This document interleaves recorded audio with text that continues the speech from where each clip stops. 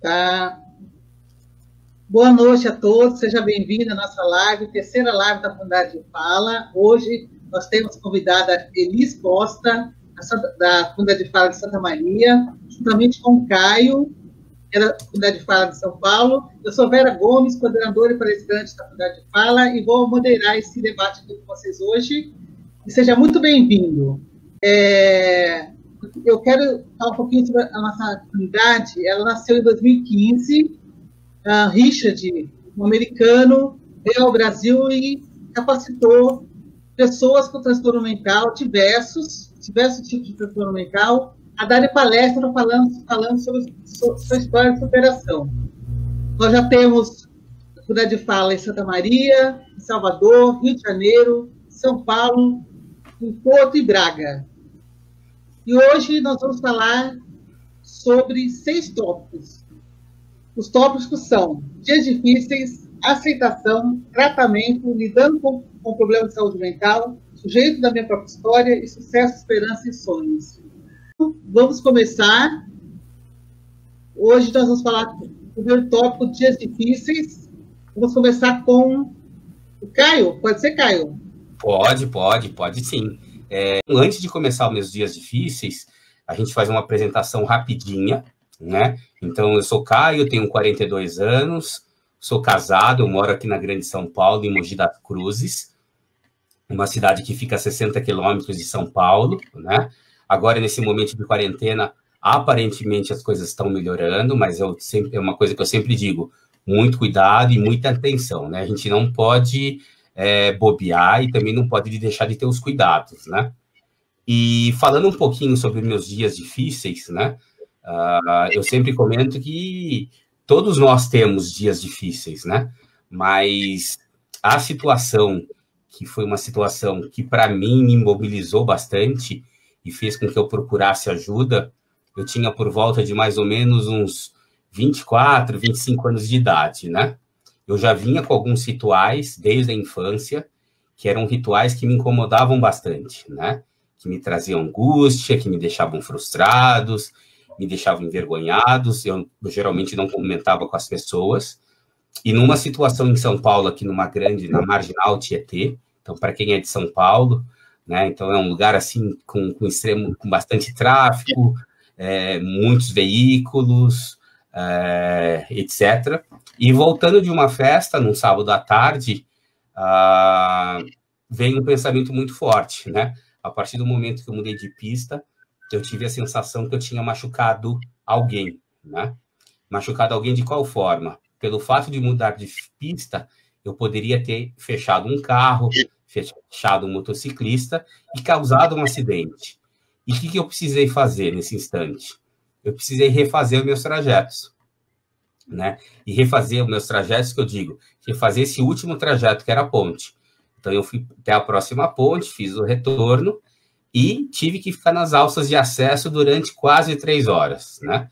Então, quando eu chegava numa alça de acesso, vinha um pensamento e dizia assim, nossa, e como que você subiu, fez esse seu último trajeto? Então, eu fiquei nesse comportamento repetitivo 3 horas. E foi muito ruim, porque eu sofri bastante, já me senti sozinho muito nesse dia, e foi o dia que realmente eu disse assim, eu enlouqueci, né? Enlouqueci, vou ser internado, as pessoas não vão me entender. Então, esse foi o meu dia mais difícil. Agora eu convido a Elis, que a Elis também vai se apresentar e vai dar continuidade. Obrigado.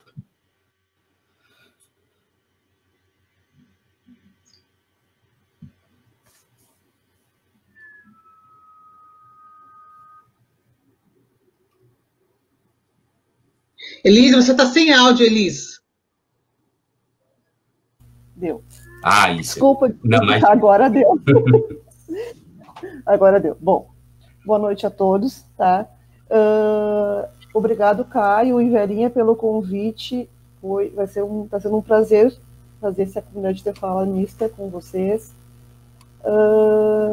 Meu nome é Elis, eu sou coordenadora da comunidade de fala de Santa Maria, que é uma cidadezinha que fica no coração do Rio Grande do Sul. E sou professora da rede estadual de História e Geografia, no município aqui pertinho de Santa Maria, Formigueiro. Sou casada, tenho uma filha adolescente. E, bom, eu vou começar falando, então, sobre dias difíceis, né? Eu não lembro, assim, exatamente como começou. Eu lembro que os dias difíceis foram chegando para mim a partir de uma perda de uma pessoa que eu tinha, que era muito próxima, que eu gostava muito, que era, na época, a pessoa que eu amava, né? Aqueles amores, assim, da juventude.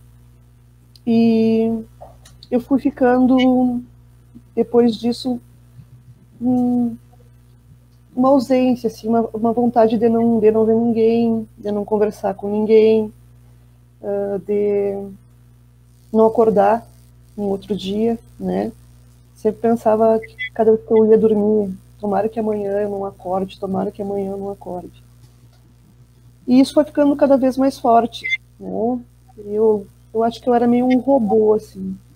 Eu agia meio automaticamente, como se fosse um automático. E aí eu não queria mais me arrumar, eu não queria mais me olhar no espelho, eu não gostava mais de mim. Até que um dia eu achei que a única forma de acabar com aquela dor que eu estava sentindo era acabar com a minha vida. E aí eu tentei o suicídio. Isso foi em 96, no ano de 96. Quando eu acordei, um tempo depois, eu lembro que a coisa que eu pensava assim, meu Deus, o que eu vou fazer agora? Eu não queria estar aqui. Mas as coisas foram tomando outro rumo mais tarde. Este foi um primeiro momento que eu considero muito difícil, mas o segundo momento, porque eu tive dias difíceis em dois períodos diferentes, voltou muito mais forte, eu acho, em 2012. Eu estava morando em outra cidade, longe da minha filha, da minha família toda, e eu estava com anorexia também. Eu estava pesando, acho que 42 quilos. E eu comecei a ficar assim também, agressiva, triste, resignada, não queria comer, não queria ver as pessoas. Aí, no Dia das Mães, a minha filha foi levar para mim o presente que ela tinha comprado para o Dia das Mães, e aí eu pedi para ela, sai daqui, eu não quero ver ninguém, eu não quero nada.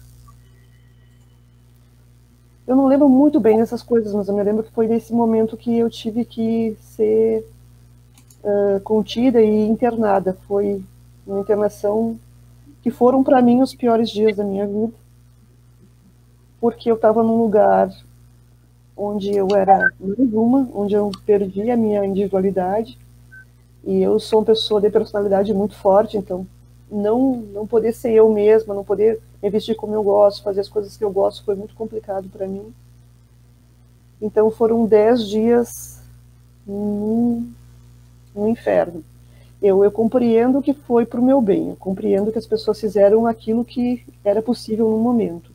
E eu não recrimino nada, mas para mim foi um inferno. Vou passar para o Caio. Legal. Elis, obrigado por ter compartilhado. Verinha, eu tenho que tomar cuidado, porque não eu quero ser um moderador também, e o moderador é você. Então, você conduz a gente aí. Pessoal, façam perguntas, tá? Sejam participantes, pode fazer as perguntas que vocês quiserem, que eles vão responder. Elis, eu queria saber como é que foi a sua internação, né? O que foi mais difícil para você na internação? Bom, difícil para mim foi assim, primeiro é que tu fica num lugar com outras pessoas com diagnósticos diferentes do teu, né? E tu tem que usar uma roupa de hospital, que parece um saco de batata, assim, sabe? Não é uma coisa que te dá, fica todo mundo igual. E tem aquela coisa tem horário para tomar café, tem horário para tomar banho, tem horário para assistir TV, tem horário para ir no sol, tem horário para passear, tem horário para tudo. E eu não consegui me adaptar a isso, né? Eu vi as pessoas que estavam em crise mesmo, muito agressivas. Eu fui empurrada por uma menina no corredor, eu via as pessoas gritando, e eu fiquei muito... A minha estabilidade já não era muito boa no período, eu já estava bem para baixo. E piorou, sabe? Piorou estar ali naquele ambiente, porque não era... Não me fez sentir melhor. Eu me senti pior ali dentro, né? Eu me senti nada, como se eu não existisse, sabe? Foi muito difícil para mim. Acho que o pior momento. Nem quando eu estava... Antes de eu tentar o suicídio, eu me senti tão mal. Não me lembro de ter sentido tão isso, né? Você ficou internada há quantos dias? 10. 10 dias. Ok. Caio, e para você, nesses dias difíceis que você contou para a gente, o que foi mais difícil lidar? Qual a situação mais angustiante para você? Não, escutando a Elis comentar aqui, né? Obviamente que essa questão dos dias difíceis ocorreram algumas outras situações, né? E eu achei interessante ela colocar que essa questão do luto, né? Que eu acho que é uma coisa muito individual e uma coisa que a gente vive hoje, né? Eu aprendi numa apresentação esses dias a questão do luto, né? O luto não necessariamente é quando uma pessoa sua, querida ou conhecida, falece, né? Esse momento, por exemplo, agora, a gente vive o luto de não poder fazer as coisas, da gente não conseguir sair, da gente não conseguir abraçar as pessoas. E quando você me fala do meu dia mais difícil, Verinha, são esses dias mais cinzentos, né? E como o meu foi um ápice, esses sintomas, esses rituais, eles já existiam no passado. Aquele evento casual do automóvel que eu contei para vocês, eu me senti sozinho, porque como eu sentia muita vergonha e sentia muita culpa por aqueles pensamentos, porque eu não entendi exatamente o que estava acontecendo, então eu me achava uma pessoa ruim, uma pessoa horrorosa, uma pessoa que realmente podia ter cometido um crime, né? Então, o fato de sentir sozinho e não saber o que estava acontecendo, isso que me deixou apreensivo. Eu não tive internações, as minhas foram coisas breves de um dia, foram 2 vezes, e a gente se sente sozinho, né? Porque a gente tem vontade de chorar, você acaba ficando, né? Então, você acaba sendo o centro das atenções. Mas ele não tem um braço quebrado, ele não está sofrendo um AVC. Ele tem um problema. Que problema que é esse? É psicológico? Então, a gente também acha estranho essas situações. Mas, para mim, a questão foi de se sentir sozinho, né? Por mais que eu tivesse amigos, os familiares bem próximos, eu sentia vergonha, então eu não pedia ajuda. Elis, você sentia culpa também, vergonha também? Não. Na verdade, eu nem sabia o que eu tinha, né? A coisa mais complicada foi, eu não sabia por que eu estava sentindo aquilo, não sabia por que estava acontecendo. Eu fui só... a gente acho que fica um pouco, no meu caso, do meu diagnóstico, eu fiquei um pouco assim... A gente fica um pouco... Eu olhei muito para dentro de mim e eu não conseguia muito ver as pessoas, eu não conseguia compartilhar, não por vergonha, né, como o Caio falou. Eu não era por vergonha, é porque eu não consigo. Eu normalmente sou uma pessoa que não consigo compartilhar coisas quando eu estou sofrendo. Eu consigo compartilhar bons momentos, mas quando eu não estou bem, eu acho que se eu falar com a pessoa, eu vou estar incomodando ela. Eu vou estar, sabe, enchendo o saco, ela não vai, sabe, ela não tem nada a ver com os meus problemas, aquela coisa toda. Mas eu acho que não é nem vergonha, nem nada, porque é só isso, da personalidade mesmo, né? É essa coisa de achar que tu tá incomodando os teus amigos, né? Acho que é bem incomum, porque só uma pessoa que tá doente mesmo, ela vai pensar assim. Porque se tu não puder conversar com os teus amigos, pra que tu tens amigos, né? Pessoal, pra hora boa, né? Não, e olha que interessante, né? A gente acha que é por isso que eu falo, cada história é uma história, né? Cada um sente de uma forma diferente, né?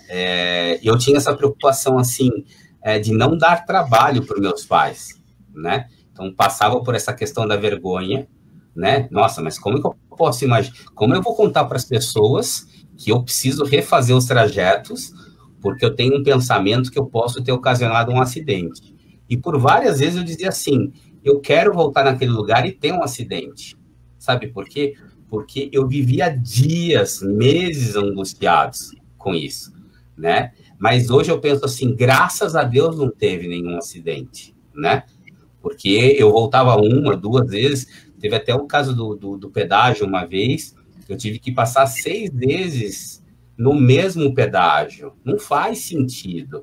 E assim, eu sofria, e essa questão de sofrer sozinho, né, a gente vai desenvolver durante a apresentação, falar dos grupos de apoio, o espaço da CDF, né, Elis, que nos dá a oportunidade de contar as nossas histórias e de contar sobre o nosso processo de superação, né?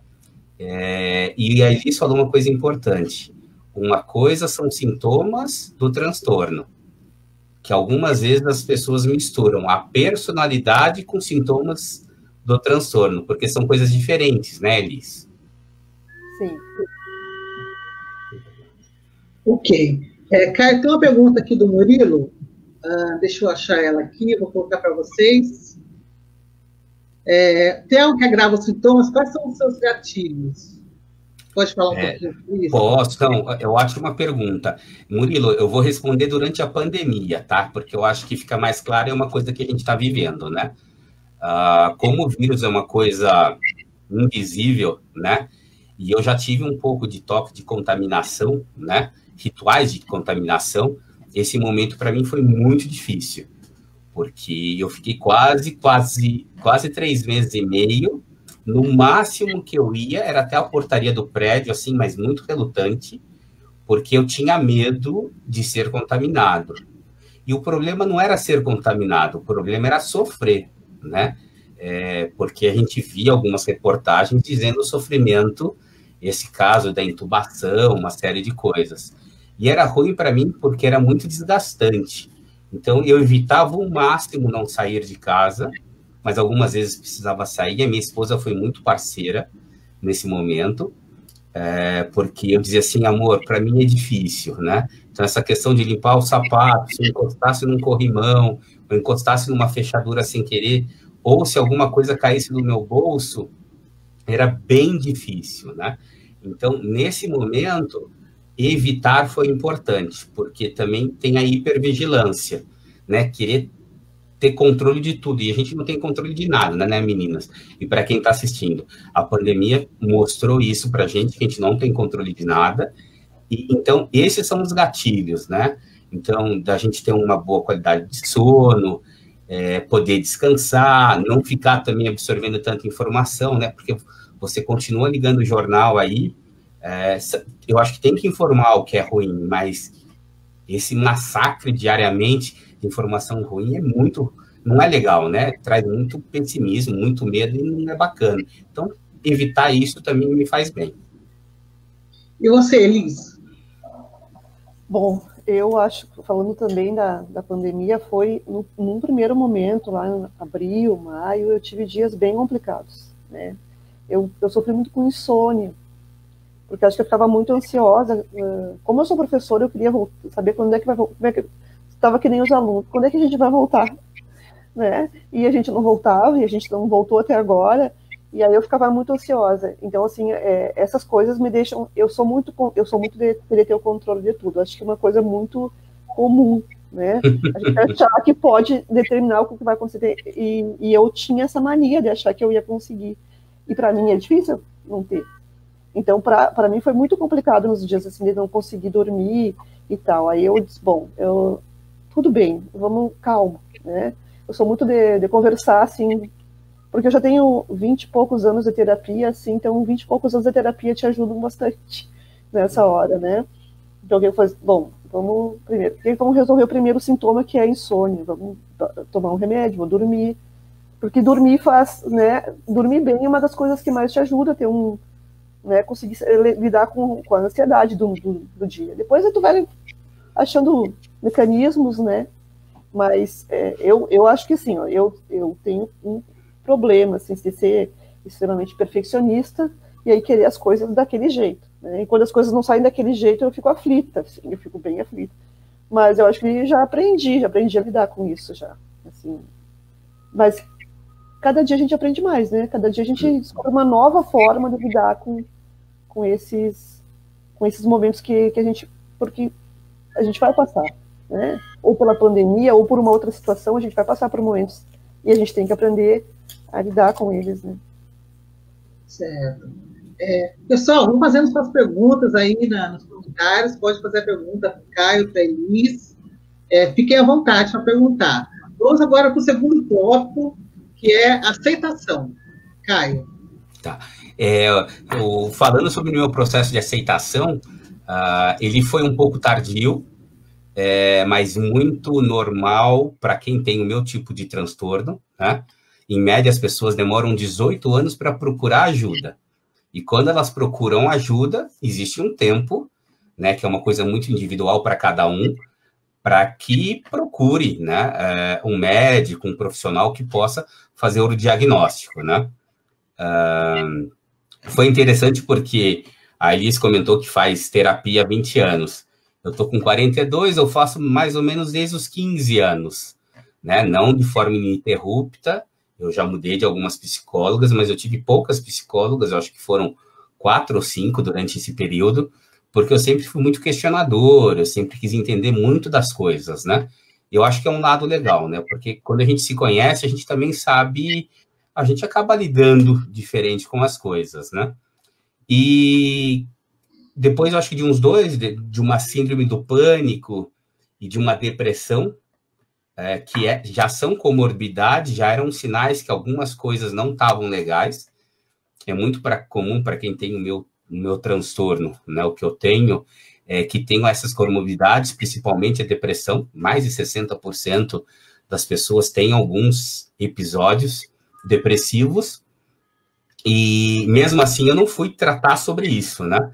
Mais ou menos depois de um ano, eu tive uma empatia muito grande pelo profissional que me atendia, o Dr. Franklin, e eu comecei a falar de uma maneira muito devagar para ele sobre alguns rituais, de escrever, de verificar. Foi uma época que eu tinha largado o carro, porque eu já não aguentava mais os pensamentos repetitivos, mas mesmo assim esses pensamentos me perseguiam, né? Eu não podia usar o celular e andar na rua, porque eu tinha a impressão que eu podia machucar alguém, né? Então, realmente, eu estava virando refém dos meus sentimentos. E isso era uma coisa muito ruim, porque a minha qualidade de vida estava péssima, né? Questão de sono, trabalho, eu refazia muito as minhas atividades, fora que final de semana, essa coisa da organização, querer sempre arrumar ou estar num estado perfeito, que não existe, né? E quando eu fui diagnosticado, eu aceitei de uma maneira muito fácil, né? Eu aceitei comigo, né? Mas, ao mesmo tempo, eu tinha muita vergonha, né? Eu só fui ter coragem de contar para minha família, porque eu participei de um programa de televisão, porque foi um momento que eu já não aguentava mais, porque eu frequentava alguns grupos de apoio, eu conversava com todo mundo que tinha ou tinha contato com pessoas que tinham esse sintoma. E essa exposição nessa entrevista, ela foi muito grande. Só que meu pai acabou falecendo antes de eu saber que eu tinha o transtorno, né? Porque eu tinha vergonha, né? Eu não queria mostrar para o meu pai as dificuldades que eu tinha. Acho que seria diferente, sim, se ele estivesse aqui. Não precisaria ter escondido durante todo esse tempo, né? Então, é por isso que eu falo hoje para as pessoas, se você tem a oportunidade de uma pessoa que você ama, de você comentar que você tem, é muito bom. E após isso, a família foi entendendo um pouquinho, né? Hoje eu sou casado, a minha esposa, Kátia, sabe desde o começo que eu tenho esse transtorno, e isso foi muito bom, porque em todos os meus relacionamentos eu escondia isso, e isso trazia um fardo muito pesado, né? Apesar que eu entendo que a aceitação é um processo contínuo, ele é diário, porque sempre tem uma surpresa. Então, esse é um resumo breve do meu processo de aceitação. Elis, com você.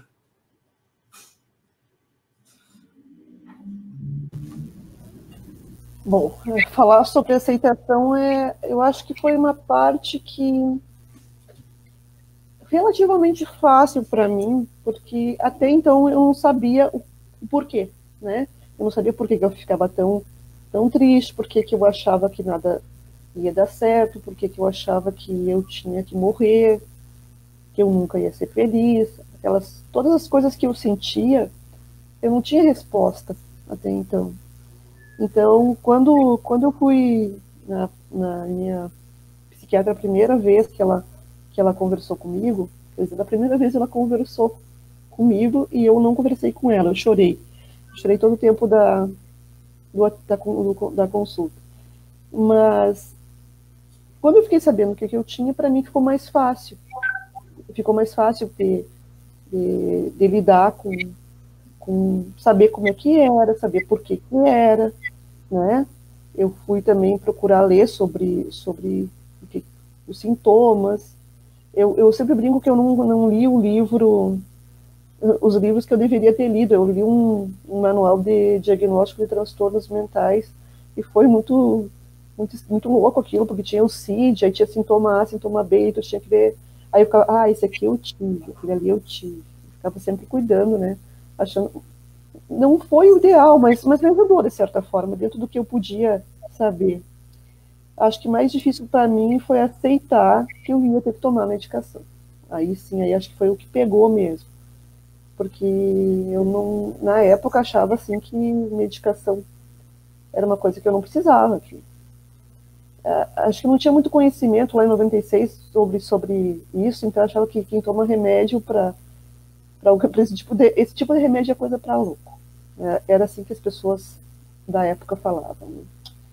Mas o diagnóstico em si foi tranquilo para aceitar. E me tirou um peso das costas também, porque eu finalmente entendi o que eu estava sentindo. Ok, Liz. Tem uma pergunta aqui, do Murilo também. Se alguém ajudou na aceitação de vocês, como foi esse processo? Foi tranquilo para vocês, como vocês falaram? Mas se alguém ajudou, e qual foi o fundamental para vocês aceitarem com relação ao estigma, né? Como foi lidar com o estigma nessa aceitação de vocês? Eu acho que, Verinha, no meu caso, ter encontrado um profissional que deu um diagnóstico assertivo foi extremamente positivo, né? Eu poderia ficar aqui, eu acho que a live inteira agradecendo de forma individual as pessoas que me ajudaram e que me ajudam nesse processo, né? Mas se eu tivesse que elencar algumas pessoas, Dr. Franklin, que foi uma pessoa que foi muito assertiva, os meus parceiros do grupo de apoio, né? De ajuda de pares, da ASTOC, o próprio trabalho da CDF em si é importante, né? E uma pessoa que tem me acompanhado, e assim, a gente teve a oportunidade de trabalhar juntos, nos tornamos grandes amigos, daí sim começou um relacionamento, né? É até interessante porque eu vou ter a oportunidade de conversar com a Kátia contando a história, porque ela fez uma escolha de conviver com uma pessoa com transtorno, e a gente sabe que não é fácil, né? Mas a gente está aqui para quebrar o tabu também, né? É diferente quando você tem um filho, você tem um pai, porque você tem uma relação, né? E ela é uma pessoa, assim, que me faz entender dia a dia que existem as possibilidades, né? E hoje eu tenho uma terapeuta brilhante que chama Valéria, que me entende bastante, mas esse trabalho de escuta dentro dos grupos é muito importante, né? E eu não posso esquecer da doutora Milena, né? A doutora Milena é minha atual psiquiatra, que é uma pessoa muito parceira. E vocês que são os meus colegas de trabalho, sem vocês, o que seria de uma live como hoje, de uma apresentação da CDF, não faria sentido, né? E o nosso grande incentivador, o Richard. Eu acho que a gente não pode esquecer que a gente está aqui fruto de um trabalho que ele desenvolveu, que está dando muitos frutos, né? Então, acho que o processo de aceitação e as pessoas é um pouco dessa receita de bolo, vamos dizer assim. Certo. E você, Elis? Bom, primeiro, eu tive a sorte, eu sempre falo isso, de ter um primeiro atendimento com aquela que foi minha psiquiatra durante praticamente todo o tempo, né? Eu troquei mais nos últimos anos, mas ela ainda é a pessoa que está do meu lado, que é a doutora Amara, né? eu estava brincando ali que eu fiquei, na primeira consulta, quase 50 minutos muda, chorando, e ela olhando para mim, me alcançava um lencinho de papel, assim, e no final ela disse assim para mim, se tu quiser outra pessoa, se tu te sentir à vontade, se tu não te sentir à vontade, quiser outra pessoa, a gente tem outra pessoa aqui. Aí eu olhei para ela e disse assim, não, eu não quero outra pessoa. Acho que aquele entendimento que mesmo no meio de tanta dor, eu sabia que tinha que ter ela, né?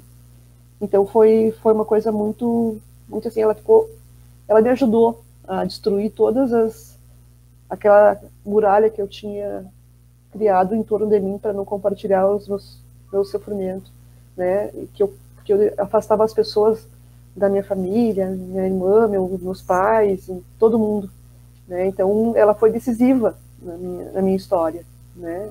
Para aceitar o diagnóstico, mas para aceitar tudo até hoje, saber como eu tenho que fazer até hoje, né? Eu sempre digo que eu tenho muita fé nela, né? Tenho muita fé nela. Família também, eu vou deixar para falar mais sobre isso depois, mas a família, os amigos que eu tenho, eu não tenho tantos, mas eu tenho bons amigos, pessoas que são como irmãos para mim. E então tudo isso foi me ajudando, né? E uma coisa que eu acho que também, que aí vem a personalidade da pessoa teimosa aqui, é o fato de que eu nunca dei muita bola, assim, nunca me importei muito com a opinião dos outros sobre o que eu sentia, sobre o que estava acontecendo comigo. Porque eu acho que isso é difícil. Tu tá ali com um diagnóstico, a pessoa dizer, não, tu não tem isso, não, tu tem que fazer tal coisa, não, né? E como eu não ligava muito para o que essas pessoas que eu não conhecia, que não significavam nada para mim, né, que não faziam parte da minha vida, então foi mais fácil aceitar. Eu acho que quando tu tem alguém todo tempo te dizendo, olha, não é isso, não precisa tomar remédio, tu tem que fazer isso, sabe?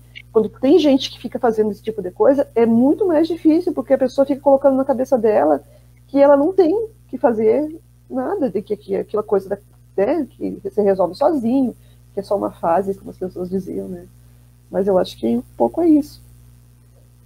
Vocês mencionaram os profissionais de saúde e a importância deles para vocês. Como vocês avaliam, por exemplo, a primeira consulta com um profissional de saúde e a consulta no dia que vocês recebem o diagnóstico, né? Vocês acreditam que o profissional de saúde tem um papel primordial na forma como a gente lida com a nossa doença, quando recebemos o diagnóstico? A forma como o profissional conta para a gente, a forma como o profissional conduz as consultas, a relação humana ou a relação não humana, né? A escuta é importante nesse momento para a aceitação? Verinhas, com certeza. Eu acho que para qualquer relação, né, é importante. Eu digo isso, seja profissional, pessoal, ou seja na vizinhança, na comunidade. A questão da empatia. Mas eu acredito que na área de saúde mental, muito mais importante ainda. Porque a gente, de uma forma ou outra, a gente está ferido. E a gente realmente não sabe o que está acontecendo, né?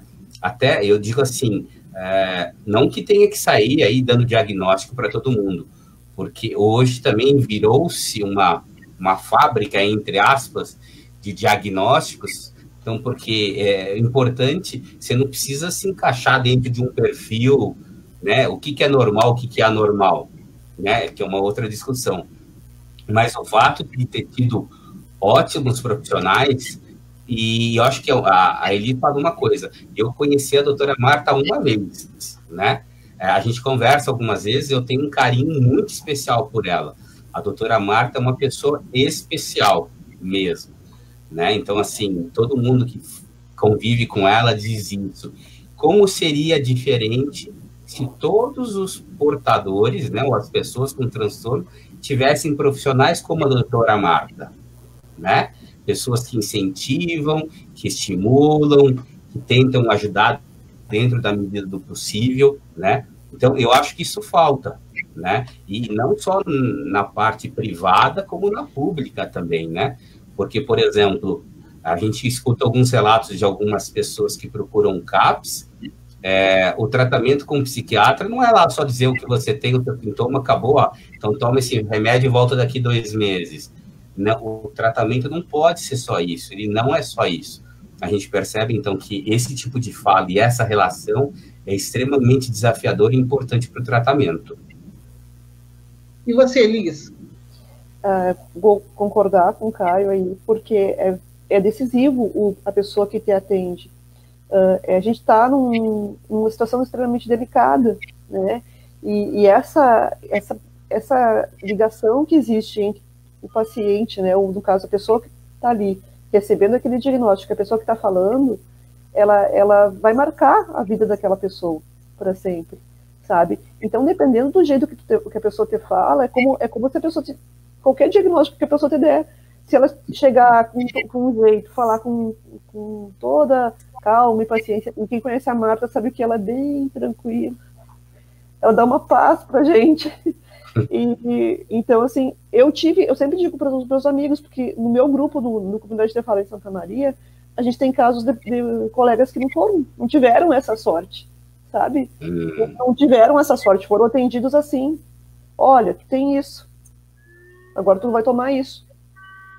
E a pessoa teve que ir por conta dela procurar o que ela podia fazer, sabe? Quando devia, sim, ter alguém que pudesse fazer isso. Orientar, ajudar, né? Tranquilizar quando a pessoa tivesse. Eu nunca tive esse problema. Então, assim, ó, eu tive sorte. E não era para ser assim, né? Era para ser uma coisa que todas as pessoas teriam que ter profissionais desse tipo. Deveria ser a regra, não a exceção. Sim. Ok. Pessoal, vou fazendo suas perguntas. Vocês estão muito quietinhos hoje. Pode fazer pergunta aí para o Caio e para a Elis. Agora nós vamos para o terceiro tópico, tratamento. Não, legal. Só fazendo uma complementação, da mesma forma que eu vejo que o profissional é importante, a figura de um familiar, né, ou de um amigo também é importante. A gente percebe que famílias onde existe esse apoio, essa relação, essa comunicação é uma coisa saudável, provavelmente a trajetória da pessoa, não vou dizer que vai ser mais fácil, nada disso, mas talvez tenha mais incentivo e mais estímulo, né? Então, acho que é bom falar isso também. E como a gente disse, a gente vai entrar em tratamento, a gente vem seguindo o nosso vagão, a gente falou de dias difíceis, aceitação. Vamos falar sobre tratamento agora. Atualmente, eu tomo medicamento todos os dias, né? Tomo 2 medicamentos, acredito nos medicamentos, né? E olha que importante, a gente vive um momento de pandemia, eu estou bem estabilizado referente aos meus medicamentos, né? Eu estou bem feliz, eu tenho um acesso bem bacana com a minha psiquiatra. A gente falou um pouquinho dos gatilhos, dos sintomas. Quando alguma coisa muda, né, eu já fico atento, né? Então, essa mudança, acho que essa maturidade também para a autogestão do medicamento é uma coisa individual, né? Foram poucas vezes durante a minha trajetória aí que uma segunda pessoa precisou fazer a administração. Então, eu tomo e acredito no uso de medicamento, né?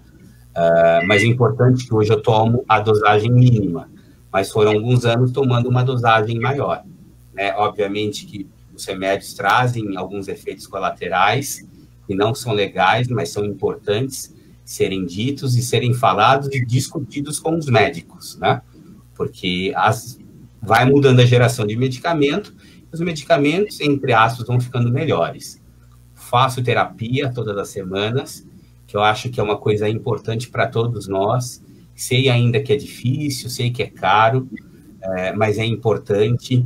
Durante alguns anos eu fiz de forma gratuita esse atendimento. Existem lugares bons, existem coletivos de terapeutas e de psicólogos que você pode usar hoje de forma gratuita, né? Gosto de dizer que a CDF, para mim, é uma ferramenta extremamente importante, onde encontro pares, encontro estímulo, encontro essa vontade de vencer e de superar o transtorno, né? E os grupos de ajuda mútua são muito importantes.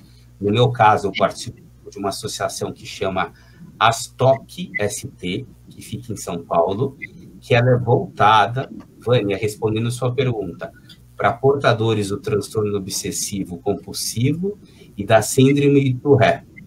Agora, durante a pandemia, a gente tem feito as nossas reuniões mensais. Não é um grupo terapêutico, é um grupo que se reúne mensalmente e a gente conversa das nossas dificuldades, das coisas que nós conseguimos realizar, né? E o tratamento, eu acho que é uma somatória de iniciativas, né? Só medicamento? Não. Medicamento com terapia, né? Com hobbies, com esporte, alimentação saudável. Então, o tratamento é uma coisa muito mais ampla, porque também a gente não pode cuidar só do mental se a gente esquece do físico ou do espiritual, tá? Então, se eu gostaria de falar sobre tratamento, eu convido a Elis. Bom, falar sobre o tratamento. No começo, lá logo do diagnóstico, que eu vi que uma moça perguntou, eu tenho depressão, transtorno de depressão maior, o recorrente que chama. Então, logo lá no começo, foi muito complicado para mim a questão da medicação. Eu tomo medicação hoje em dia uma forma muito mais tranquila do que naquele momento. Eu acho que eu era mais jovem, mais assim, achava que eu tinha que tomar um tempo, aí eu me senti bem e achava que eu não precisava tomar mais. Aí eu tomava, aí a médica dizia, olha, vamos tentar. Ela nunca me disse assim, não, tu não pode parar. Ela sempre disse assim, vamos tentar, vamos ver como é que tu vai reagir. E, invariavelmente eu ficava pior, né? Aí eu voltava a tomar medicação. Aí ficava bem de novo, achava que podia parar de tomar medicação. E aí eu ia, né? Até que em 2012, na minha última crise, aí sim, aí eu tenho que tomar. Eu pensei assim, bom, todo mundo tem pressão alta, hipertenso, diabético, toma medicação. Eu vou tomar medicação também, né? Foi muito difícil para mim me adaptar a isso, mas hoje em dia eu tomo também a dosagem mínima, né? Eu dou uma medicação assim que é eficaz no meu caso, que apesar de não ser uma medicação das mais modernas, é uma medicação que para mim funciona perfeitamente. Então, a gente não mexe em time que está ganhando, né? Bom, terapia eu faço, já fiz bastante tempo e hoje, atualmente eu não estou fazendo mais. Apesar de que se eu sentir necessidade, eu não tenho problema em fazer novamente. Mas como eu fiz por muito tempo, eu acho que eu aprendi a lidar com esses momentos que eu não estou legal, sabe? É como se tu soubesse, bom, se eu não estou bem, eu tenho que caminhar, eu tenho que fazer isso, eu já sei uma série de coisas que me ajudam a me sentir melhor. Então, eu tenho isso, né? E no meu tratamento, eu sempre tive muito apoio da minha família e dos meus amigos também, mas da minha família não tem como não falar deles, né? Porque acho que eles acreditaram em mim quando nem eu mesma acreditava, né? Que eu ia melhorar. Eles mais acreditaram que eu ia melhorar do que eu. Então, eles estavam ali para mim. Isso foi muito importante. Acho que o atual estágio de participar desse grupo do Comunidade de Fala, na FAB, que é a Associação de Amigos e Familiares Bipolares, e Bipolares de Santa Maria, e do Espaço Unis da Silveira, conviver com todo mundo lá, a gente forma um grupo, nós somos pares, né? A gente se ajuda, a gente conversa, a gente tem encontros semanais. Hoje em dia, eu acho que eu participo mais, porque como eu não estou trabalhando na quarta-feira, tendo que dar aula, a gente faz um grupo na quarta, então na quarta-feira a gente se encontra e toda semana a gente tem essa condição de se apoiar, de discutir pautas que são interessantes, que todo mundo está afim. Então, participar de um grupo é fundamental, assim, eu acho que faz parte do tratamento, é uma parte muito importante, inclusive, do meu tratamento. Ok. A Vânia perguntou, acho que você já respondeu, eu só quero falar de novo para ver se ela entendeu. O Caio tem toque e a Elis tem depressão recorrente, né? A Lilian Lisboa está perguntando, você, Elis, tem pensamentos suicidas ainda? Não, não tenho mais. Olha, desde pensamento suicida mesmo, eu tive só lá em 96, que foi quando eu tentei efetivamente cometer suicídio. Em 2012, quando eu tive a minha segunda crise, que foi eu considero uma pior, né? Eu brinco muito que eu estava fazendo suicídio a conta-gotas, porque eu estava com anorexia, então eu deixei de me alimentar. Eu fiquei 5 dias, e em 5 dias eu tomei um copo de suco e um coisinha de iogurte e água, em 5 dias. Eu estava assim, e eu caminhava assim 10 quilômetros por dia. Eu fazia atividade física compulsivamente, assim, porque eu achava que eu estava enorme. Então, eu acho que foi, de certa forma, um suicídio, mas não assim, definitivo, sabe? Eu vou tirar a minha vida. Eu não fiz pensando nisso. Eu acho que eu tinha aquela coisa de que eu tinha que ficar de outro jeito. Eu tinha uma visão distorcida do meu corpo, física. Achava que eu podia ficar melhor. Achava que se eu ficasse mais magra, eu ia ficar mais bonita. O contrário, né? Eu parecia um fantasma. Eu quase desapareci, né, e tal. Mas hoje em dia, não, nunca mais me passou pela cabeça isso, sabe? Nem eu fico assim agoniada quando acontece alguma coisa que eu não sei lidar. Eu fico, às vezes, ansiosa demais, nervosa, mas nunca me passou mais pela cabeça, nem me passa pela cabeça nenhum tipo de pensamento suicida. Agora, eu não posso dizer para ninguém agora, nunca mais eu vou pensar. Eu não sei, né? Mas eu estou bem. Eu fico pensando que assim, eu tinha uma colega que fala, a Zanini, que fala muito que é matar um leão por dia, né? Então, cada dia, tu vai lá e tu passou por aquele dia, outro dia de novo.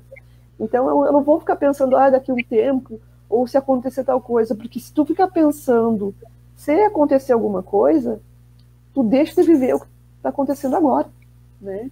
E eu preciso daqui, eu tenho tanta gente que eu gosto e que gosta de mim, então, e eu tenho tanta gente com quem eu posso contar, que não me passa pela cabeça, não tenho mais esse tipo de pensamento. Ok. O Richard tinha feito uma pergunta aqui de quais são as outras coisas, sem ser profissionais de saúde, né, o tratamento profissional de saúde, que ajuda a lidar com a doença, né? Por exemplo, meditação. Eu sei que o Caio gosta muito de natureza, né, Caio? Como eu, né? Você tem a natureza como um modo de relaxar, de entrar em contato com o seu eu, de estar mais em harmonia também? Você acha importante esse contato com a natureza? Eu acho assim, que para mim a questão da terra, do verde, ele me traz uma tranquilidade muito grande, né? Talvez me antecipando um pouquinho, o meu sonho é morar numa chácara, para que eu tenha mais espaço. Eu sou apaixonado por árvores, né? Eu acho que esse contato com a natureza, com os animais, né? E o animal pode ser um cachorro, pode ser uma tartaruga, um pássaro. Obviamente que eu não sou muito favorável hoje em dia. Eu tenho essa consciência que alguns animais não foram feitos para a gente ter em casa, né? Cachorro e gato são coisas diferentes, né? Até mesmo porque a gente pode chamar de animais que são pets. E a natureza, sim, Vera, eu acho que o fato de mexer com a terra, eu até tive uma composteira durante um tempo aqui em casa, onde eu reciclava o meu lixo, essa questão de separar o lixo, de você ter uma composteira orgânica em casa, essas coisas me fazem bem. E o Richard perguntou sobre meditação. Eu acredito que existem várias terapias holísticas, né? Uma coisa muito mais abrangente, que fazem bem também. A gente pode falar do Reiki, a gente pode falar do Theta Healing, a gente pode falar do Mindfulness, que é a atenção plena, ou do Yoga. Eu acho que hoje a gente tem tantas alternativas, existem várias possibilidades. Eu acho que a gente tem que correr atrás, descobrir, ler, porque a princípio, eu não gostava de meditação. mas o fato de passear agora, tá voltando, poder passear com a Francisca, com a minha cachorra, esse contato com a natureza, para mim, é primordial. Eu digo assim, quantos anos que eu morei lá em São Paulo, aquela coisa do barulho e da buzina, hoje é uma coisa que eu não aguento mais, sabe? Mas hoje é a realidade que eu tenho. Então, acho que essas coisas fazem bem, sim, com certeza. Ok. Pessoal, vou fazer suas perguntas. Vocês estão muito quietinhos hoje. Pode fazer mais perguntas no Caio para isso. Agora nós vamos para o quarto tópico, que é lidando com problemas de saúde mental. Caio. Legal. Verinha, só teve uma observação que passou do Bruno, que ele falou sobre o processo de superação. Eu tento enxergar tudo isso que eu passei como uma possibilidade. Imagine se eu viesse conversar com vocês aqui e dizer só as coisas ruins de um transtorno, né? Primeiro, a gente não é o transtorno, a gente tem um transtorno, né? Então, eu sou o Caio, que sou casado e gosto de futebol, tenho as minhas tartarugas, tenho a Francisca, gosto da natureza, gosto de falar sobre minha vida, tenho os meus amigos. O toque é uma coisa que anda em conjunto, né? Porque a gente não pode deixar essa coisa da doença controlar a gente, né? Eu sei que é um processo individual que cada um tem, mas essa é a construção do trabalho da comunidade de fala, mostrar que é possível que a gente tenha uma vida com qualidade, né? Então, entrando nesse tópico, lidando com problemas de saúde mental, né? Eu acho assim, a partir do momento que eu me aceitei, e esse processo de aceitação ele é contínuo, né? É uma forma que eu aprendi a como lidar com tudo isso, né? Verinha, você está me escutando? Sim. Ah, tá, não, porque ficou muito quietinho, desculpa. Então, lidar com os problemas de saúde mental, eu acho que é um desafio que a gente tem. Ter um transtorno é diferente de uma pessoa que tem que cuidar da hipertensão, por exemplo, que tem que fazer uma caminhada, mudar a alimentação, essas coisas. Então, a gente tem que aprender, né? Então, identificar os gatilhos, aquelas coisas que podem gerar uma situação de estresse, né? A gente vai conseguir evitar estresse 100% do tempo? A gente não vai conseguir, mas a gente pode minimizar. Então, um exemplo prático que eu faço, faz mais de 4 meses que eu não vou para São Paulo. Eu estou com muita vontade, né? Tenho amigos, tenho familiares e gosto de passear em São Paulo. Apesar que São Paulo sempre foi minha cidade. Mas hoje eu sou turista quando eu vou para São Paulo, né?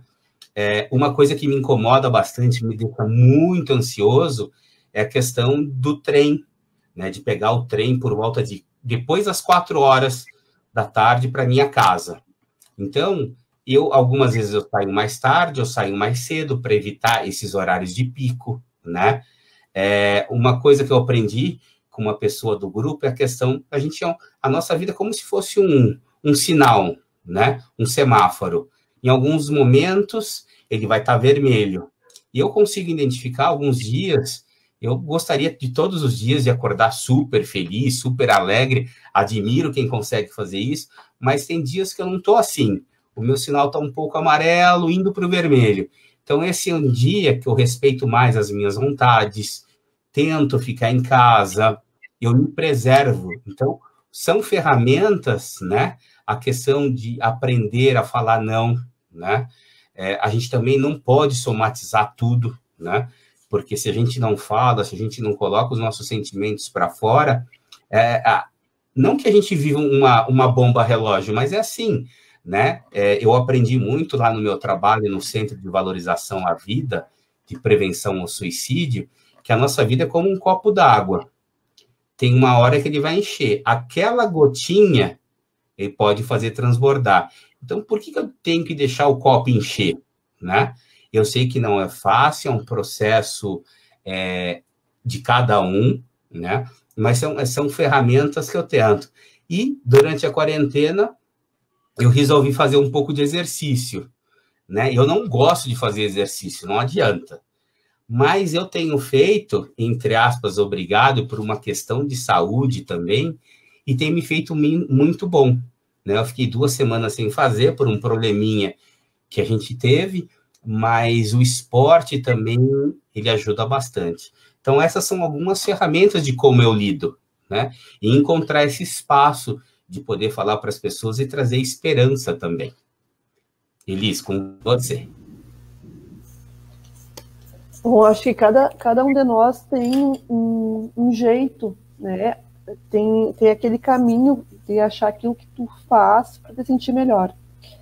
E assim, eu também aprendi com o tempo a usar esses mecanismos para lidar melhor com o que eu sinto.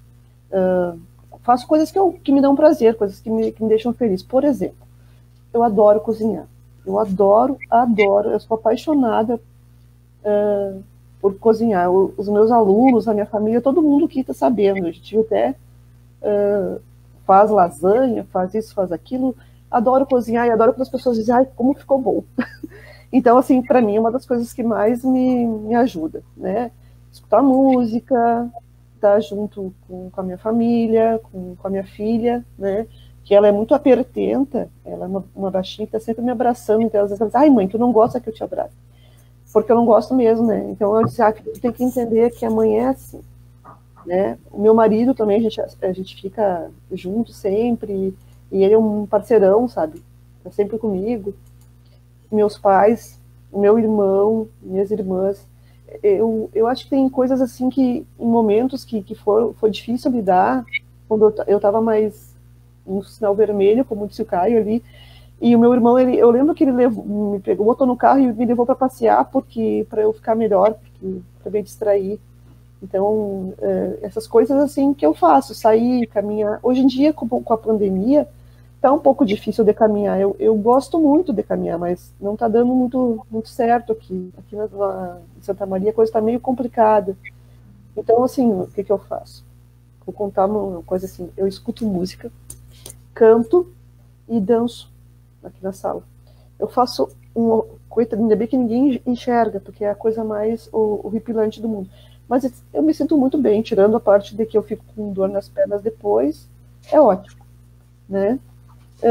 Participar do grupo terapêutico também nas quartas-feiras é uma coisa que me ajuda bastante, né? Eu também não sou muito da terra como o Caio, assim, mas eu gosto muito de animais de estimação e eu tenho 5 gatos. Também são 5 gatos. Gato, para mim, é um bicho que tem uma energia assim, maravilhosa e me acalma bastante quando eu estou ansiosa. Então, tem várias coisas. Assistir um filme, assistir futebol, eu adoro futebol. Também eu me absorvo ali, né, olhando o jogo e xingando o juiz, o jogador que são boca aberta. Fico ali olhando e achando tudo maravilhoso. Assim, aí me acalma, aí passa. Eu acho que tem essa coisa, né? Mas eu acho que estar junto com quem a gente gosta, fazer aquilo que a gente gosta é uma forma de ficar bem, né? E ajudar as pessoas na medida do possível também. Certo, Elis. Tem uma pergunta aqui para vocês. Como vocês lidam com a confiança em si mesmo? Vocês podem falar um pouquinho?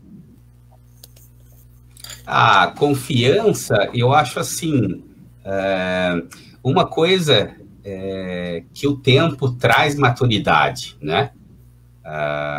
Eu não estou dizendo que quem tem mais idade ou quem tem menos é mais ou menos, né? Tem mais confiança ou não. Inclusive, um dos sintomas do transtorno obsessivo compulsivo é essa questão de de autoestima, né? Então, e talvez se a gente perguntar para as pessoas, a maioria das pessoas tem isso também, né? Obviamente que o transtorno, um transtorno que te faça repetir as coisas, ou de refazer, ou de que gere dúvidas. Eu me lembro que teve uma época que eu tinha necessidade de sempre confirmar o que eu tinha falado pelo outro, né? Então, eu não tinha essa questão dessa segurança e dessa confiança, né? Uma coisa que eu admiro na Elis, né? A Elis fala disso, assim, eu não ligo para a opinião dos outros. Eu estou aprendendo isso agora, com muito custo, né? Eu não estou dizendo que a gente não tem que escutar críticas, que a gente não possa dialogar, mas tem muita coisa que a gente não tem necessidade de ouvir, né? E, assim, eu sempre fui muito desse lado, assim, não, eu preciso conversar, será que é verdade ou não? Mas eu acho que a nossa trajetória vai dando um pouco de sabedoria, né? Então, essa questão da confiança, Imagine eu e Elis, 5 anos atrás, fazendo essa apresentação aqui, né, Elis? A gente tinha acabado de se treinar, de construir a nossa narrativa, porque a gente precisa criar interesse também na nossa fala, porque a nossa fala aqui não é uma apresentação que a gente só fala. Primeiro, que eu sempre falo, a gente não serve de exemplo, né? A gente está aqui para compartilhar as nossas histórias do que funcionou com a gente, né? A gente sabe que a gente pode ajudar, a gente também não pode tirar isso da nossa cabeça, porque senão a gente não estaria aqui se expondo, né? Porque eu acho que a gente tem que ter gratidão e poder compartilhar aquilo que fizeram com a gente.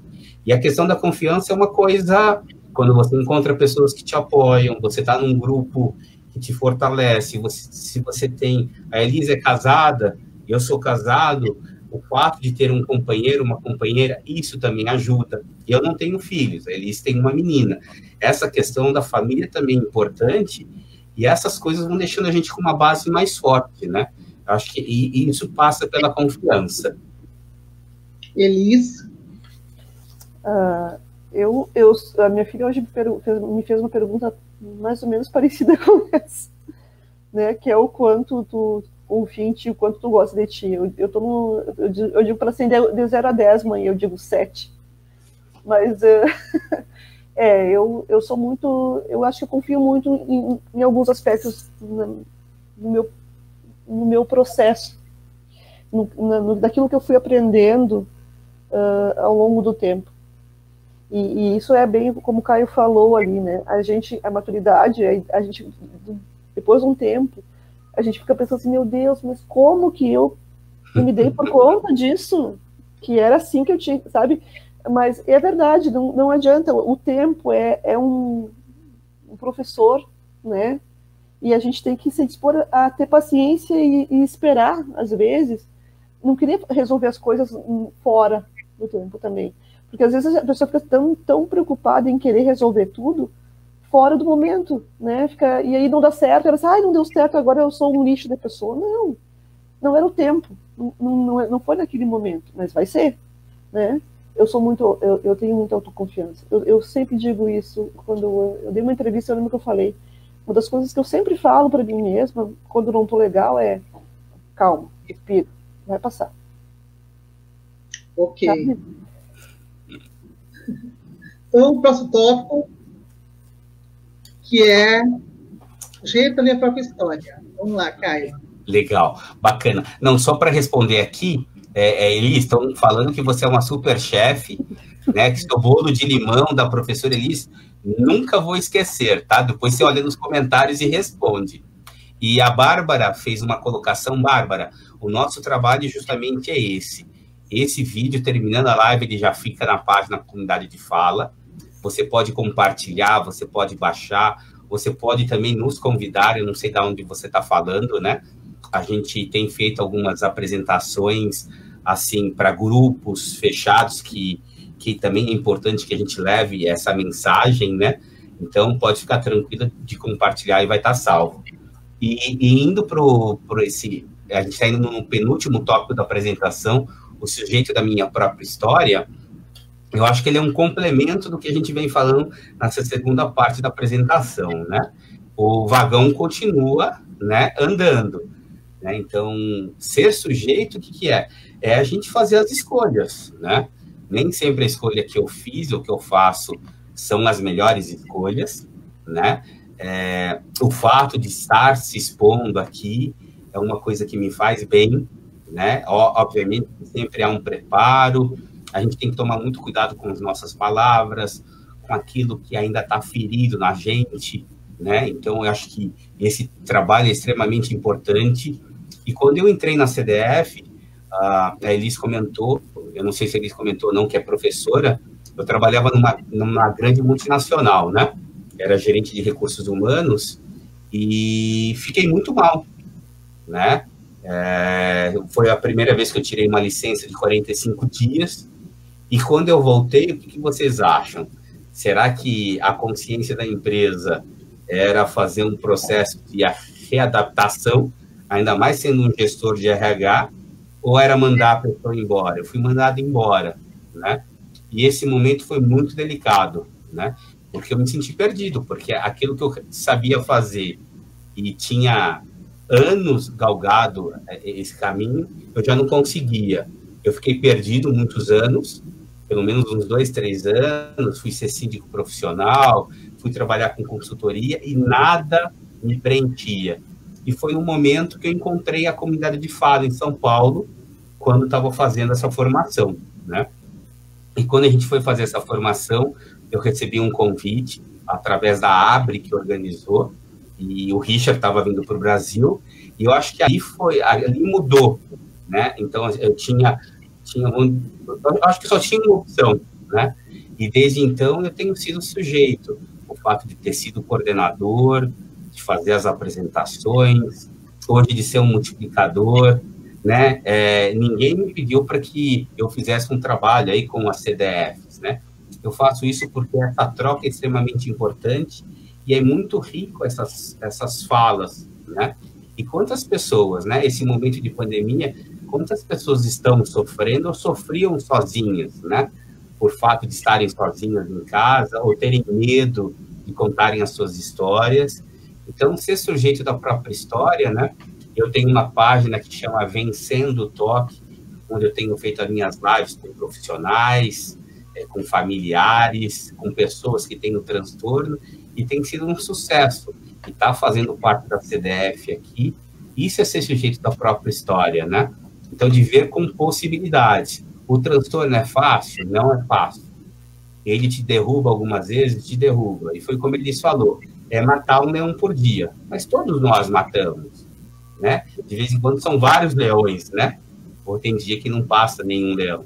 Então, eu acho que são essas escolhas e poder torcer por uma realidade de vida melhor, né? Então, eu estou muito feliz com esses projetos que a gente participa e pelo espaço que a CDF tem me dado.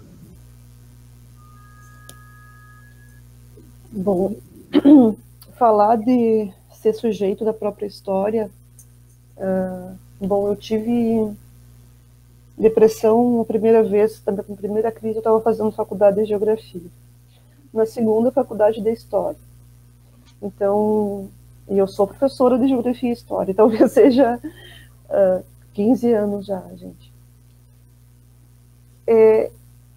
Não é assim, o que eu vou falar agora não é ser prepotente ou metida ou nada. Eu me acho uma boa professora, eu me acho uma boa profissional. Muito pelo fato de que eu amo, eu amo o que eu faço, e eu tenho sorte de ter comigo, um pessoal que trabalha comigo, gente muito boa, e já estão todos acostumados com o meu jeitinho, como eu digo para eles, sem filtro. Os meus alunos são a minha vida, eu acho. Estou sentindo muita falta deles hoje em dia, porque uns porque já se formaram, outros porque estão longe agora em função da pandemia, e é difícil não contar com aquelas carinhas. Eles me ajudam muito, e eu acho que poder fazer o que tu ama é uma coisa maravilhosa, poder ser aquilo que tu sonhou ser, né? Ser mãe nesse inteirinho, ter uma filha de 16 anos, poder compartilhar com ela essa doença, esse transtorno, também, porque por muito tempo ele nos afastou e eu não fui uma boa mãe, eu tenho consciência disso. Então, assim, eu melhorei bastante. E eu costumo dizer que agora eu estou, assim, nível 7, por aí, como mãe. Acho que tenho que melhorar bastante ainda, acho que é tudo um aprendizado, tudo tempo, né, que vai ensinando pra gente.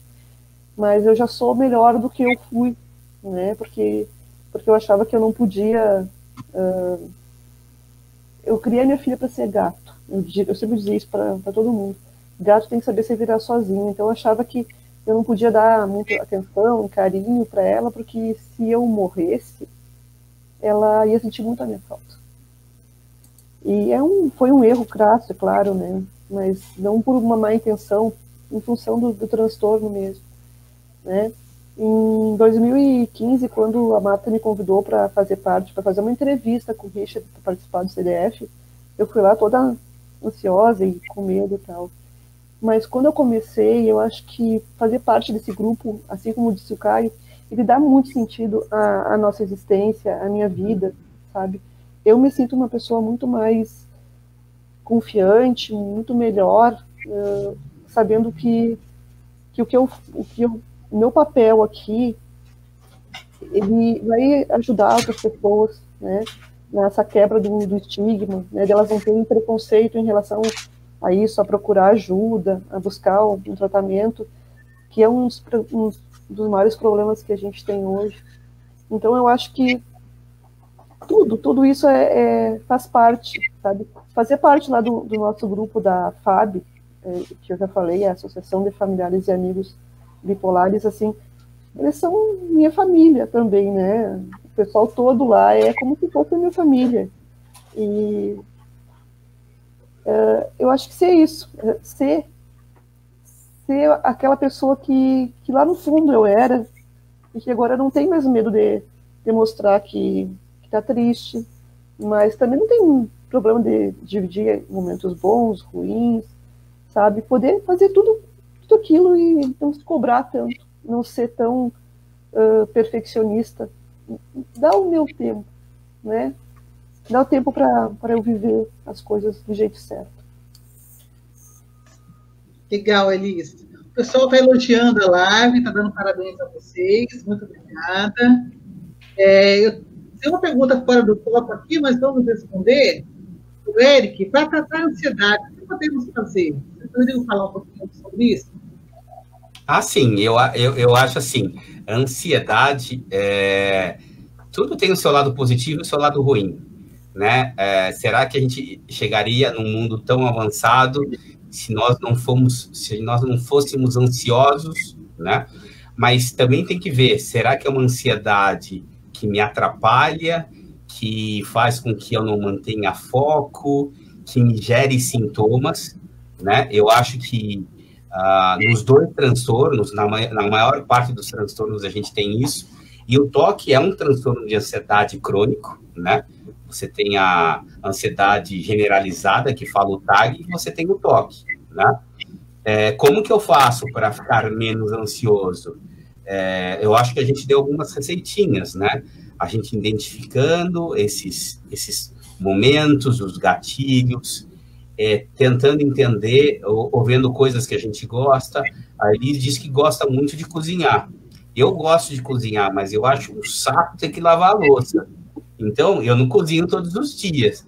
De vez em quando eu cozinho uma vez, dura 3 refeições, porque eu sei que eu vou ter trabalho de quase uma vez só, sabe? Então, a gente identificar coisas que são legais. Eu nunca tinha assistido série na minha vida. Então, se alguém falasse de série para mim, antes da pandemia, eu dizia assim, o que é isso? Eu já assisti umas 3, 4 séries. Então, eu acho que identificar momentos que a gente pode desligar, né? E realmente estar presente naquela atividade, eu acho que são formas, né, que a gente tem para amenizar a ansiedade. O exercício físico, ele é excelente para diminuir a ansiedade, né?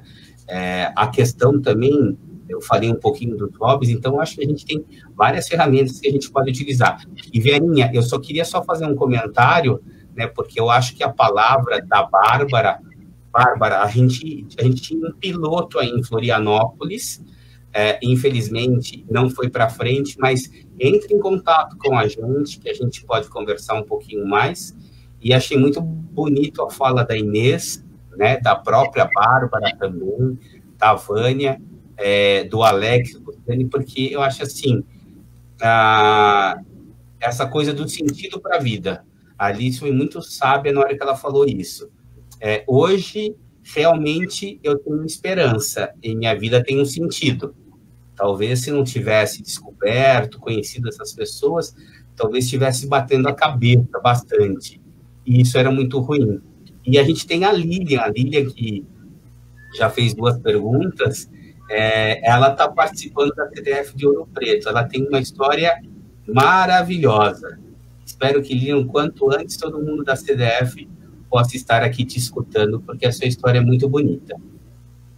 Legal, Caio. Agora a gente vai passar para o 6º tópico, que é o último tópico. Você, Caio. Então, o nosso último tópico, né? Então, terminando essa viagem aí dentro da nossa locomotiva, o último tópico é sucessos, esperanças e sonhos, né? O fato de estar aqui com vocês, para mim, é sucesso, né? Pensar de como eu era na infância, uma pessoa extremamente envergonhada, acanhada, tinha muito medo, sentia muita vergonha de estar encontrando um espaço que eu possa falar das minhas dores, que eu possa falar dos meus sonhos. Eu acho que não tem sucesso maior do que isso. Eu acho que eu fui um excelente profissional. Eu acho que mais importante do que ser um excelente profissional é ser uma pessoa correta, né? Uma pessoa honesta, uma pessoa íntegra. Eu acho que isso é uma questão de sucesso, sim, né? De muito aprendizado. Eu sou uma pessoa extremamente leal. A questão da esperança, a esperança é que me mantém vivo, né? A gente vive momentos difíceis, de uma forma geral, né? A gente vive uma sociedade muito dividida, que briga muito. Isso é uma coisa que me entristece algumas vezes, porque eu acho que a gente não precisa nem ser 8 e nem 80. Por que não ser meio termo, né? Então, tudo vira discussão e a internet virou uma terra sem lei. E eu acho que não é nesse sentido, né? E eu tento aproveitar esse momento da questão da quarentena, porque eu espero, sim, a minha esperança é que as pessoas possam ver de uma maneira diferente, que a gente precisa do coletivo, a gente precisa das pessoas. Então, se a gente quer um mundo melhor, a gente pode fazer as nossas coisas de uma forma bem pequenininha, mas fazer de coração. Eu sou muito otimista, mas algumas vezes eu tenho que aprender a ser realista, porque também, senão, a frustração é uma coisa que causa muito impacto, né? Então, eu tenho a esperança de um mundo melhor, né? A gente tem um país muito, muito bonito, né? Uma população extremamente generosa, mas a gente já vem há algum tempo aí se degladiando que não vai chegar a lugar nenhum. E a questão do sonho é mais possibilidades para todo mundo, que todo mundo possa sonhar, né?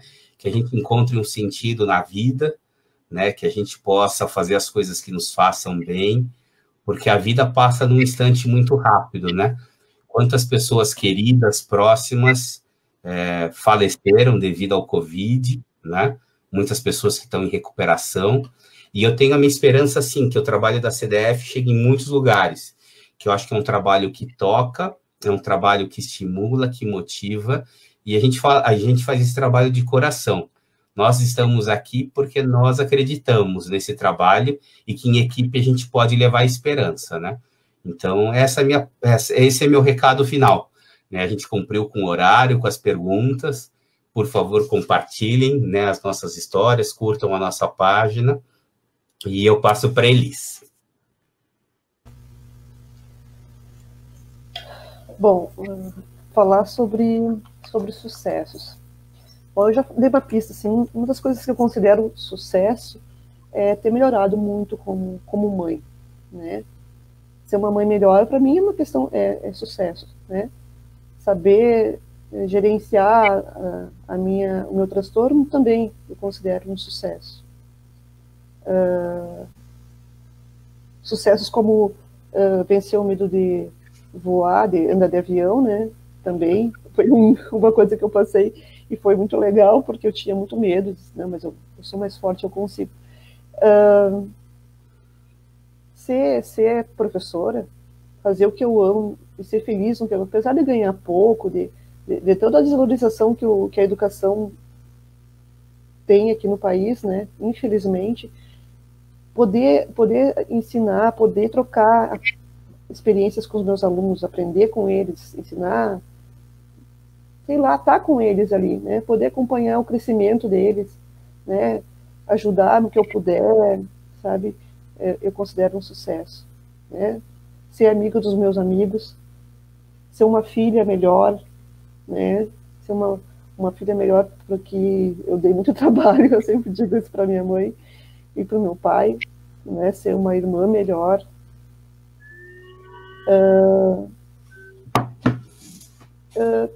Eu tenho muita esperança. Eu acho também que a gente vá ter um mundo diferente, mas ao contrário do Caio, eu não acho que seja em função da pandemia, infelizmente, porque eu acho que quem é bom, gente, e quem não é, vai continuar não sendo. Ainda falta muito para esse mundo melhorar. Acho que falta muito empatia, falta muito respeito, sabe? As pessoas não respeitam a opinião dos outros, as pessoas não se colocam no lugar dos outros, né?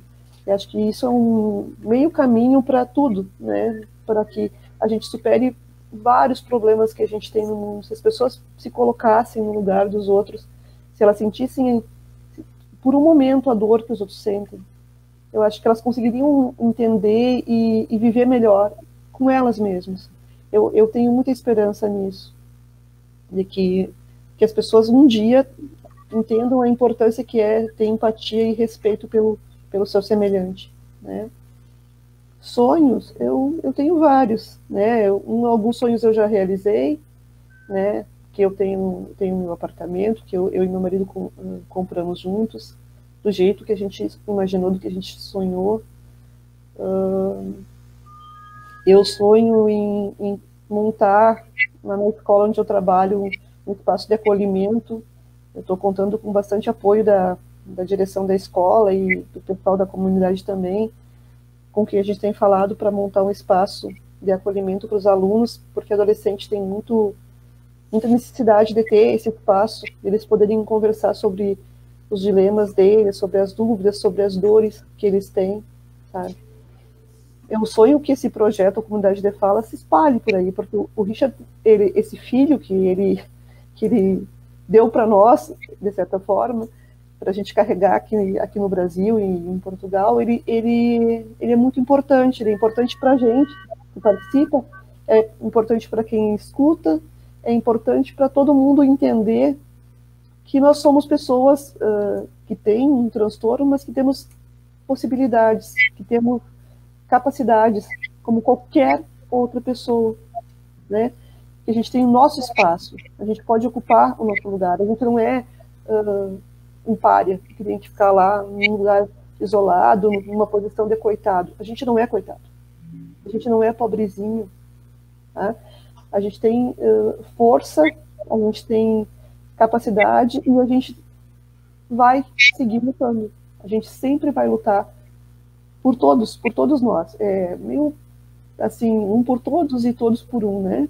Eu acho que é meio isso. A gente vai lutar por todos, para que todos possam passar pelos momentos mais difíceis e possam alcançar o sucesso do seu tratamento na sua vida, né? Serem realizados como pessoas e serem felizes, sobretudo serem felizes. Obrigada, Elis, obrigada, Caio. Nós já estamos no horário já. Eu quero agradecer a todos que assistiram a nossa live. Muito obrigada por estarem aqui. Curta a nossa página no Facebook, nosso perfil no Instagram. E fique atentos que a gente vai estar uma vez por mês, mais ou menos, a gente vai fazer uma live convidando outras comunidades de fala de outras cidades. E a gente vai fazer esse intercâmbio com eles. Tá bom? Muito obrigada. Caio, Elis, vocês querem falar mais alguma coisa? Eu queria agradecer, Vera, como é importante a gente sempre... eu fico muito feliz, né? Porque quando eu trabalhava em RH, eu sempre... A questão do ensino, acho que é uma coisa importante, né? A Elis, que é professora, eu sempre me marquei muito pelas professoras que eu tive, né? A professora Marisa, que depois de quase 35 anos, Elis, eu consegui encontrá-la durante a pandemia, né? E a professora Marisa sempre me marcou muito pela forma que ela tinha de carinho. E eu acho que a questão de ser professor, você é uma pessoa intitulada professor, eu acho que é um papel muito importante que não é muito respeitado, e a gente sabe disso. Até meus olhos ficam um pouco assim, mais vermelhos, porque eu sei do desafio, né? E se a gente quer fazer a mudança, eu acho que a gente tem que se respeitar, né? As diferenças são importantes, mas a gente tem que pensar no objetivo comum. E eu fico muito feliz, Vera, principalmente por vocês serem mulheres, né? A mulher também é muito discriminada nessa questão da saúde mental. A gente viu a dificuldade para ter mais mulheres no nosso grupo em São Paulo. É uma dificuldade que a gente encontrou em Ouro Preto. Em Salvador, a gente não encontrou, foi um grupo bem mesclado, né? Então, eu acho que esse papel do apoio à mulher, a mulher também sofre, a mulher também precisa de cuidado.